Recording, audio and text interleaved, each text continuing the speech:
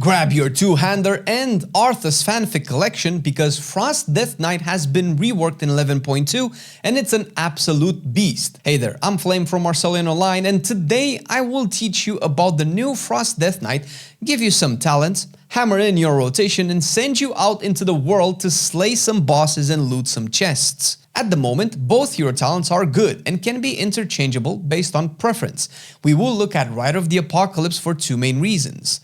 One, it seems to be the best as of recording this video, and two, it lets you play the most thematic Death Knight hero talents and use a two-hander weapon, something that a lot of Frost Death Knights like and have asked for, and it at least differs from what has been overperforming for the last few seasons. As such, in dungeons, you will want to use this build. Yes, it has Breath of Sindragosa, but this has been reworked. It will eat up a lot of runic power to cast and last for 8 seconds baseline. Consuming Killing Machine will extend it, and with the talents here, you will always have plenty of Killing Machines, more on this in the rotation section, to be able to keep up your breath without actual stress. In raids, use this build, which is almost identical.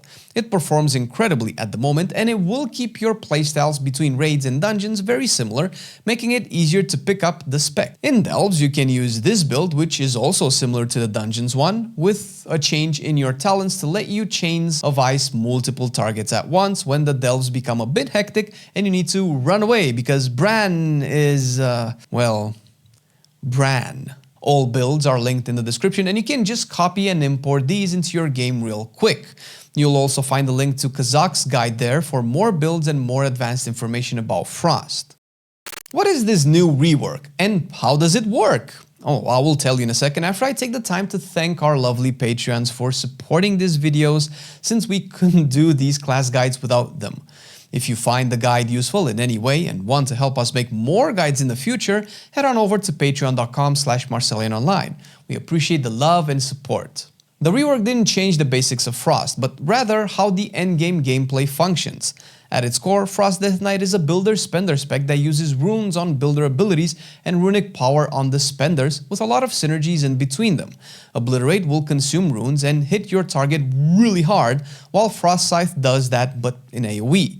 Howling Blast is a supplementary ability that puts a damage over time on your enemies and generates runic power for you. You will gain procs of Rhyme that makes your next Howling Blast hit like a truck. Plus, consuming Rhyme will have a lot of synergies with a bunch of your talents and other abilities. You will spend your runic power with Frost Strike in single target and Glacial Advance in AoE. When you hit with your melee attacks, you have a chance to gain a buff called Killing Machine that makes your next Obliterate or Frost Scythe crit automatically and deal frost damage instead of physical. Your main offensive cooldown is Pillar of Frost that just gives you 30% strength. However, with the talents we gave you, it will make your Frost Strike, Glacial Advance and Howling Blast always give you a stack of Killing Machine, making your rotation a weave of consuming Killing Machines on big hits, generating them again, consuming again, and so on. Your other main offensive cooldown is Breath of Sindragosa, likely the most iconic Frost Death Knight cooldown. It will consume 60 of your runic power and deal a lot of damage to enemies in front of you for 8 seconds. With the Pillar of Frost combo, you will use them together to extend its duration by constantly generating Killing Machines and consuming them. Lastly, Froststorm's Fury will be your key offensive that activates your Rider of the Apocalypse hero talent and summoning all of your Horsemen of the Apocalypse for all of that glorious damage they will help you deal. The opener starts with you using Empower Rune Weapon to generate a Killing Machine, Obliterate to consume it, another Empower Rune Weapon, another Obliterate, cast Froststorm's Fury to activate your Riders, Breath of Sindragosa next, Pillar of Frost, and a quick Frost Strike to generate your first Killing Machine. The opener is the same for AoE, you just replace Obliterate with Frost Scythe if you are fighting 3 or more targets, and Frost Strike will be replaced with Glacial Advance if you have 2 or more targets to hit. Once you are in combat, the rotation is incredibly simple.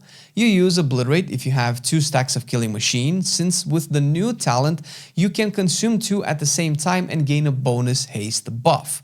The next most important thing is to consume your Rhyme by firing a Howling Blast. Once these two are out of the way, and if you still have a Killing Machine proc at this point, use Obliterate still to just consume it, and Frost Strike to consume runic power. And lastly, if nothing else is available, Obliterate to just generate runic power. The AoE alternative is the same as the opener, where you replace Obliterate with Frost Scythe and Frost Strike with Glacial Advance. If you follow this priority, you should be dandy the entire time. The only caveat I have for you is to make sure you fire Frostworm's Fury before your Breath, which will be before your Pillar. Your Pillar window, so long as you play the Obliteration talents, will be very pretentious of you, making you only want to press two types of abilities. One that gives you Killing Machine, one that consumes it. Everything else, even pressing other offensive cooldowns, will be an overall DPS loss. Obviously, if you forgot to press them still, even if you are in your pillar window, but it would be a DPS loss as opposed to you prepping them beforehand. We have a live stream going 5 days per week where I play Khazakdk and a lot of other specs and talk with you guys in case you have any questions. Hop on to twitch.tv/Marcelian&Flame and say hi. We do dungeons and raids with viewers as well, so maybe you can be the next lucky player that gets to outroll me on a boss item. Fun! What can Frost Death Knight do that other specs cannot? Well, from the sheer fact that you are a Death Knight, you have access to a certain kit that can give you an edge in combat if you know how to use it. Most of these you may already be familiar with, but as a reminder, Anti-Magic Shell is a magic absorb defensive that soaks up quite a bit of incoming magic damage. The real value, however, is in its effect of making you immune to magic effects that would apply a debuff on you. This fact alone can help you ignore or immune entire mechanics. Icebound Fortitude is similar, but for stuns. Sure, it gives you a lot of damage reduction all around, but it breaks a stun on you in case you made an oopsie and stood where you weren't supposed to stand. Lichborn has some minor defensive benefits, but can also make you immune or help you break out of your fear, while Death's Advance gives you movement speed buffs, but also makes you immune to movement impairing effects and knockbacks. And of course, with Rider of the Apocalypse, this puts you on a Death Charger, giving you an actual mounted speed buff for quite a bit. Last but not least, Death Grip, likely the most iconic Death Knight ability, has received a reduced cooldown this season to compensate the fact that you no longer have Abomination Limb. While that sucks, you can still use double grips to get those pesky adds or ranged shooters into the meat of the action so everyone can cleave them down. Not only that, but has the role of every other crowd control in the game if the target can be CC'd, since you stop their casts while gripping them towards you.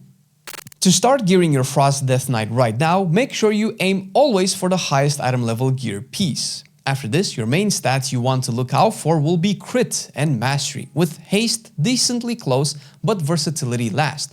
Crit in particular is very important since it synergizes with your auto attacks, most of all because those are the sources of your killing machines and the Icy Death Torrent talent for starters. Mastery increases the damage of your frost abilities, which is great since Killing Machine makes your main abilities deal frost damage, bypassing regular armor damage reduction, making the synergy between crit and mastery a bit more obvious. This should get you started, but remember that the best way to know what gear is good for you is to sim your character on raidbots.com. This season, the tier sets will have bonuses based on the chosen hero talent, and since we recommend you play Rider of the Apocalypse, that's what I'm going to talk about right now. The 2-set bonus makes Pillar of Frost summon Trollbane, one of the riders, for 10 seconds. His Icy Fury will deal 20% more damage, and his Obliterates do 35% more damage as well. Additionally, if you have played Rider of the Apocalypse before the Frost rework, you need to know that now Death and Decay does not let you cleave Obliterates, hence you will not be popping the Chains of Ice from Trollbane with Obliterates in AoE. But now that role shifted to Frostbite. It makes the rotation simpler and not have you forced to track the Chains of Ice on each enemy while in combat and tab target to them. Moving on to the 4-set, casting Obliterate or Frost Scythe makes Trollbane do the same, while Obliterates deal more damage when targets have the Chains of Ice debuff on them. The tier set bonus is strong, but it will not impact your rotation almost at all. No matter what is going on, you will always use either Obliterate or Frost Scythe, so bursting the Trollbane Chains of Ice for that juicy Icy Fury damage is something that will just naturally happen, if you just play normally of course. All of the information so far will get you going into decent keys and rating and even topping the meters, since the rework on Frost is a legit banger. There is more to it, however, including builds with Deathbringer, more rotation optimization, and Bis gear lists that you can find in Biceps Icyveins guide and Khazak's Wowhead guide linked in the description. We also super recommend you join the Accurist Discord, where all of the knowledgeable Death Knights hang out and talk Death Knight things. And for an extra bump in performance, you can check our add-on list for Season 3, where we recommend some very good add-ons to help you play dungeons and raids better, like our player profile and class weak auras.